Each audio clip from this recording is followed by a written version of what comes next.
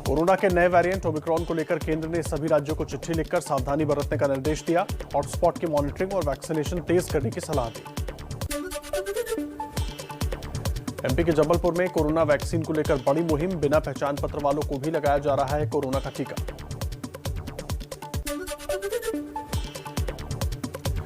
रतलाम में वैक्सीनेशन को बढ़ावा देने के लिए ऑटो रिक्शा चालकों की अच्छी पहल। सभी ने ऑटो रिक्शा पर लगाया पोस्टर, लिखा वैक्सीन नहीं तो ऑटो रिक्शा नहीं।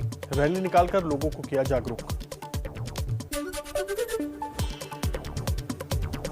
छत्तीसगढ़ में बलरामपुर के नक्सल प्रभावित इलाके के लोगों में कोरोना से बचाव का टीका लगवाने का दिखा उत्साह। एक दिन में करीब 1.25 लाख लोगों को लगी वैक्सीन।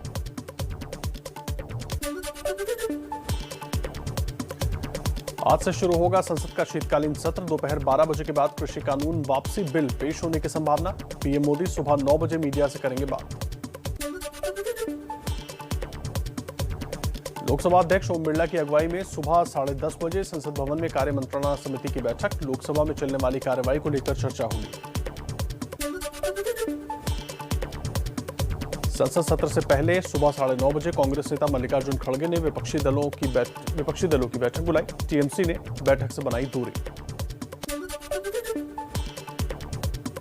कांग्रेस ने संसद के दोनों सदनों के सदस्यों के लिए व्हिप जारी किया। आज सभी सांसदों को सदन में मौजूद रहने का निर्देश। और आइए कुछ और अहम खबरें आपको बता देते हैं फटाफट अंदाज में।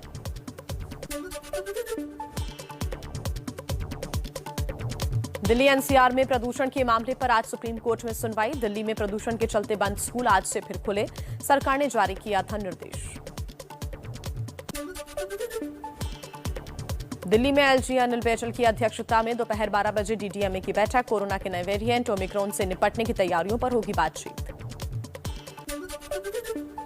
100 करोड़ की वसूली केस में मुंबई पुलिस के पूर्व कमिश्नर परमबीर सिंह आज चांदीवाल कमेटी के सामने पेश होंगे। कमेटी ने पिछली सुनवाई के दौरान परमबीर को खुद हाजिर होने का निर्देश दिया था।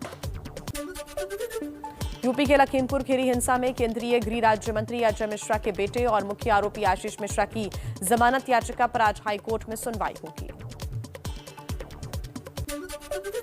यूपी में जल निगम भर्ती घोटाले में आज सुनवाई। वीडियो कॉन्फ्रेंसिंग के जरिए सीबीआई की विशेष अदालत में पेश होंगे समाजवादी पार्टी सांसद आजम खान। संसद के शीतकालीन सत्र से पहले सरकार की सर्वदलीय बैठक हुई। पीएम मोदी बैठक में शामिल नहीं हुए। सरकार ने कहा नियम के तहत मुद्दों पर चर्चा के लिए तैयार।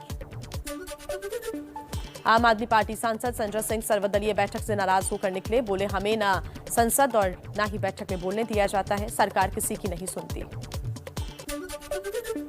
टीएमसी ने सर्वदलीय बैठक में महंगाई, बेरोजगारी, एमएसपी, बीएसएफ के अधिकार क्षेत्र, पेगासस जासूसी समेत 10 मुद्दे उठाए। कांग्रेस ने एमएसपी पर कानून, महंगाई और कोरोना से मरने वालों के परिजनों के लिए मुआवजे का मुद्दा उठाया। संसद के शीतकालीन सत्र से पहले एनडीए की बैठक में सहयोगी दल एनपीपी ने सीएए वापस लेने की मांग की। पहली बार एनडीए में किसी दल ने सीएए वापसी की मांग उठाई है। संसद सत्र से पहले बीजेपी संसदीय कार्यकारिणी की बैठक हुई। पार्टी अध्यक्ष जेपी नड्डा, रक्षा मंत्री राजनाथ सिंह और राज्यसभा में सदन के नेता पीयूष गोयल समेत कई नेता हुए शामिल। शीतकालीन सत्र को लेकर बीएसपी प्रमुख मायावती की सरकार को नसीहत। कहा सरकार सदन को पूरे विश्वास में लेकर काम करे तो बेहतर होगा। यूपी में पेपर लीक होने की वजह से टीईटी की परीक्षा टली। पुलिस ने अब तक 29 आरोपियों को गिरफ्तार किया। अब 1 महीने बाद दोबारा परीक्षा कराई जाएगी। पेपर लीक कांड पर एसटीएफ के एडीजी अमिताभ यश का चौंकाने वाला खुलासा। बोले ये काम किसी एक गैंग का नहीं है बल्कि कई अलग अलग गैंग इससे जुड़े हुए थे। टीईटी परीक्षा के दोनों पालियों के पेपर हासिल कर लिए थे।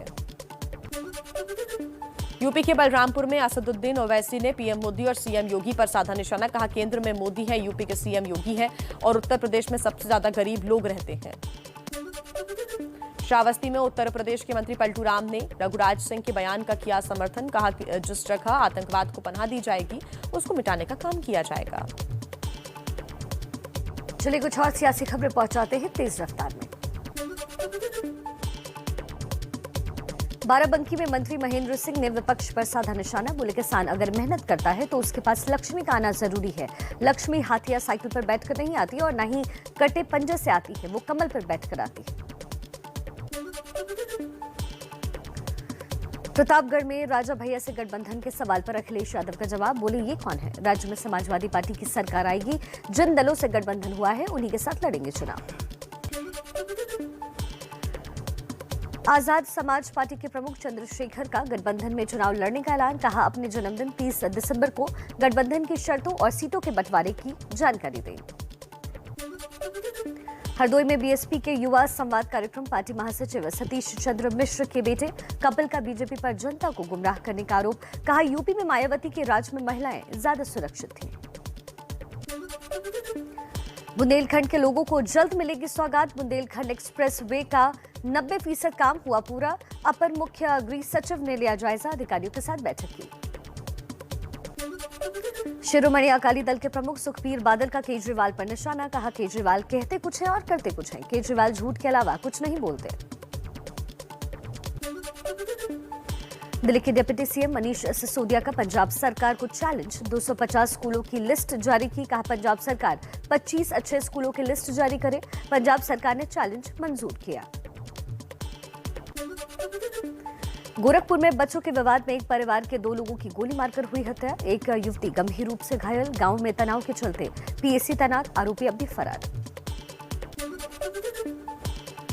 बिहार की राजधानी पटना में थाने से 50 मीटर की दूरी पर एक शख्स की चाकू से गोदकर हत्या कर दी गई, लोगों में भारी नाराजगी, शव को थाने के सामने रखकर किया प्रदर्शन।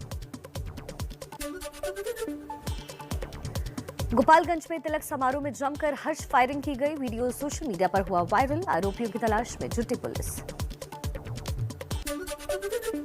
एमपी के भिंड में मिलावट माफिया का शिकंजा, बड़ी तादाद में मिलावटी सामान जब्त किए गए, मिलावटी सामान बनाने वाले 2 भाई गिरफ्तार किए गए।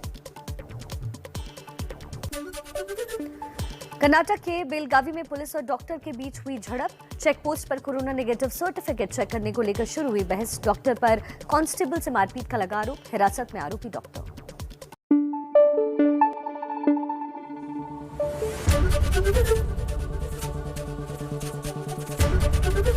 एबीपी न्यूज आपको रखे आगे।